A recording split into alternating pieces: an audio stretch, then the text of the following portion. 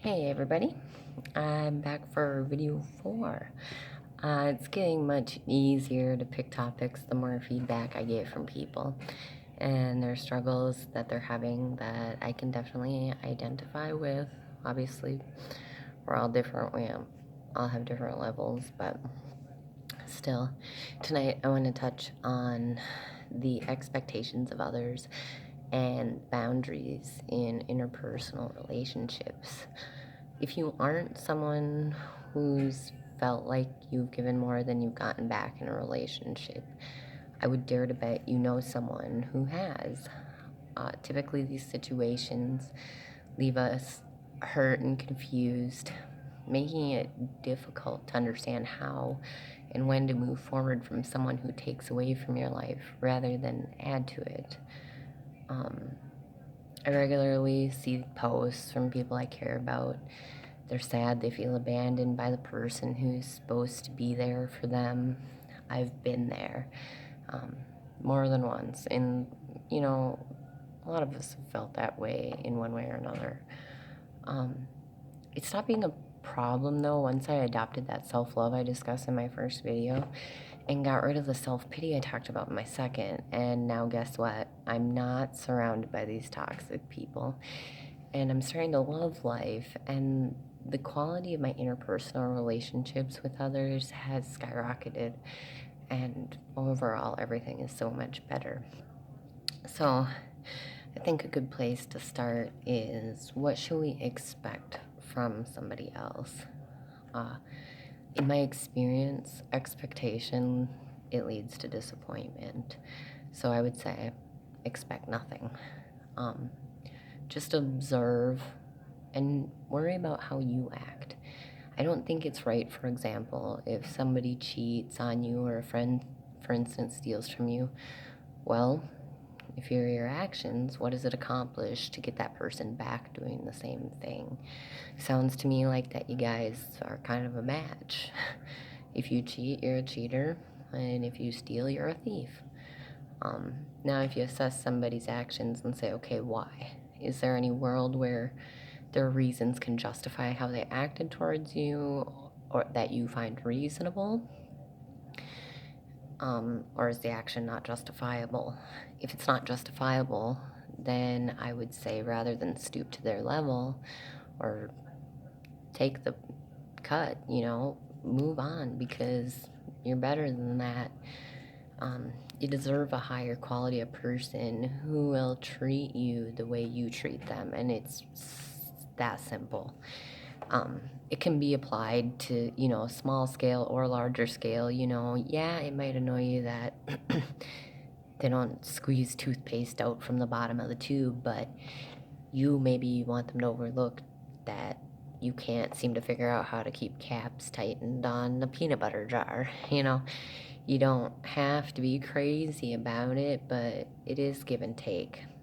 Everyone's different. There are bigger life principles, however, that you can expect people to respect and treat you the way you deserve without destroying you piece by piece. There was a German philosopher named Immanuel Kant who I believe had a good point that kind of enforces this concept that we are our actions. So the basic idea is, if person A steals, they create this universal law and in their own world, and that is stealing is okay. They stole means they think it's okay. Otherwise, they wouldn't have done it.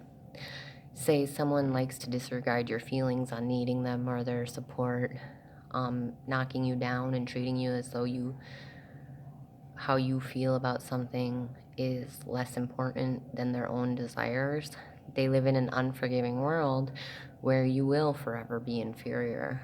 And for you to allow this to happen, same idea, you're saying this is okay. I'm permitting it, so this is okay for you to treat me poorly. This is okay for you not to care about my feelings. Eventually, the more you live this life where you're okay with being treated as inferior and letting people mistreat you or just treat you with less respect than you're willing to give them, it will subconsciously start shaping your self-image. your action is, this is okay, I am being treated this way, the only conclusion that your mind can draw from that is what? Well, that's apparently all you deserve. I mean, that's all you're worth, because if you deserve better, you would expect better. Not allow these actions to continue. You wouldn't give this person an opportunity to continue to make you feel sad. Eventually, it will deplete your self-love. You'll be confused because it won't make sense to you why it's all you're worth, because you wouldn't do this to them. The self-pity will kick in because you're not taking action to fix it.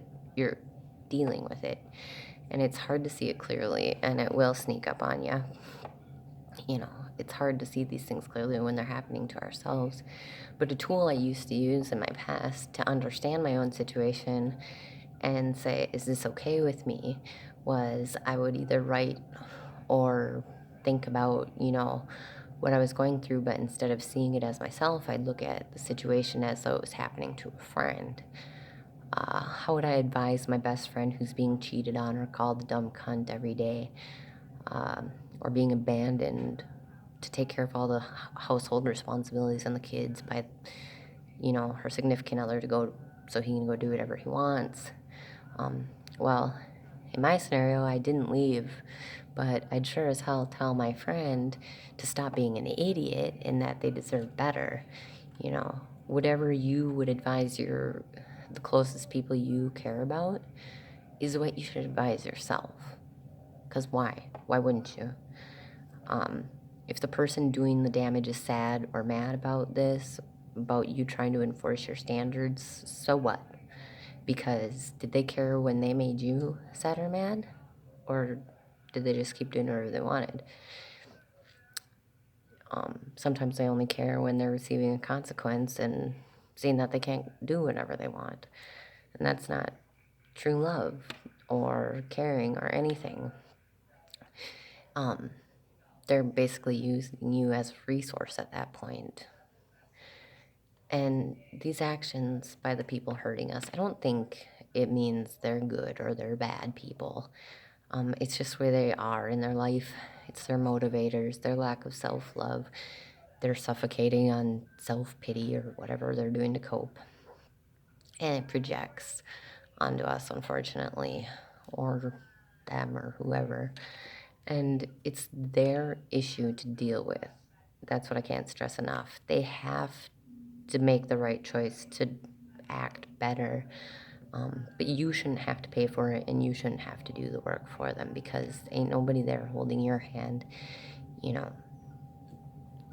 So on top of that, people are so different. We go through so many changes in life. Can you help it if you want pizza or Chinese food for dinner, for instance? Can you help it if you hate the color orange? People are the same, like in interpersonal relationships. Sometimes you still go out for pizza on Friday night because it's your habit, though you really wanted Chinese food. Well, neither them nor yourself in these situations can help it if you inspire each other or not, or want to be immersed in each other's lives. Don't get distracted by this fantasy future that you created. Focus on what's actually going on, because we can delude ourselves with these ideals we've created. And if you have something good to offer, you deserve something good. You deserve whatever you bring to the table. Don't be somebody's stale-ass Friday night habit pizza, because you aren't. You're exactly whatever you give. And if you're your actions, make sure your actions know you deserve to be loved the way you love. Whether it's your friend, your family, or your significant other, give them time to figure it out if they can't right now. Because if you keep letting it slide, it's always going to be okay, and they're not going to change. It's all about good vibes and mutual respect. Much love, everybody. Thanks for listening.